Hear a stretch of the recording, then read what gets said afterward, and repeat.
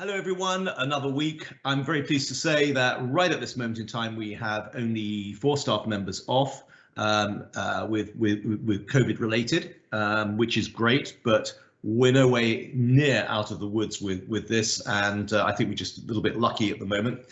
We've got one home still in lockdown, which is slightly depressing because it's been extended because we had 2 staff members who tested positive. But the colleagues and co-workers are just doing fantastic work right across the organisation. It was pointed out that actually sometimes in a strange way it can be easier for the home that's locked down than the other homes. The problem we have is that colleagues and co-workers who work if they're working in the home that is in lockdown, they can't then work elsewhere. And we have a lot of sort of senior team leaders or a lot of senior support workers, senior PBS partners, PBS partners, and different people who work around a number of homes because they come in to do a specific role at a specific time to support an individual to do something and so on. So all of this starts to not be allowed to happen because if they work in the home that's in lockdown, then they can't work anywhere else. If they're working somewhere else, they can't work in that home. It's massively complicated and complex.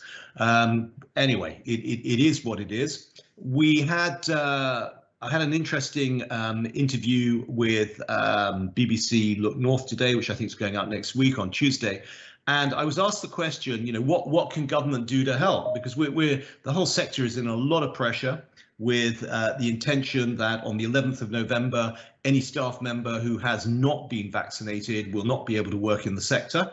That doesn't directly affect us, but indirectly it does, because there's about 50-odd thousand people who will not be able to work in the sector. We're already hoping and praying that the government's actually going to say that the SIJAV is going to back down and say, well, actually, we're going to delay it until April, as they are doing with the NHS, because unfortunately what's happening in elder care and so on is that staff who are not vaccinated are being moved, are just going into new jobs in the community and in the NHS where they don't need to be vaccinated. So this thing is a mess.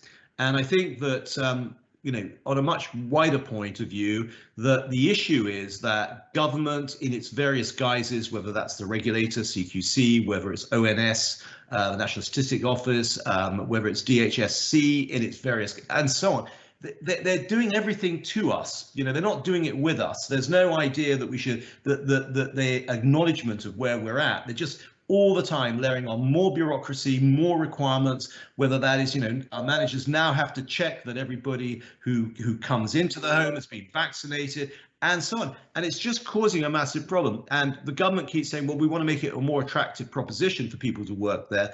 Well, what would make it more attractive is if government fundamentally changed the attitude of the regulator and all of the departments towards social care, because they're all doing what they're there to do, but there's no sense that actually let's just respect what is there and let's work with it and let's understand it. I went on a round table the other day, and a round table meeting with ONS to talk about data and what they're putting out of the system. Normally a round table meeting would be 3 or 6 people perhaps for an hour, and there would be interaction. This was a joke. There were 60 people on the meeting, and I was one of the only care providers there. So I was the token care provider that ticks a box.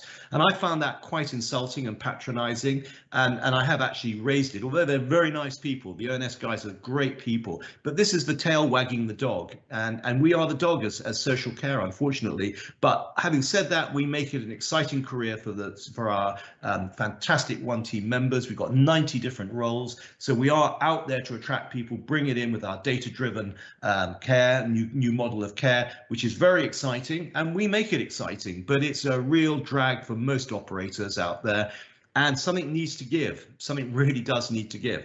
But on that happy note, let's hope that the infections stay down, no more homes go down into lockdown, that the sun keeps shining. I have sun this morning. Hopefully you get sun. Hopefully you will have a lovely weekend and a great week. And sorry, I forgot to mention the Monster Mash Party, which was absolutely fantastic. I hope you all saw the film. It was a brilliant operation. Everybody felt really great. So thank you all very much and all the best. Bye-bye.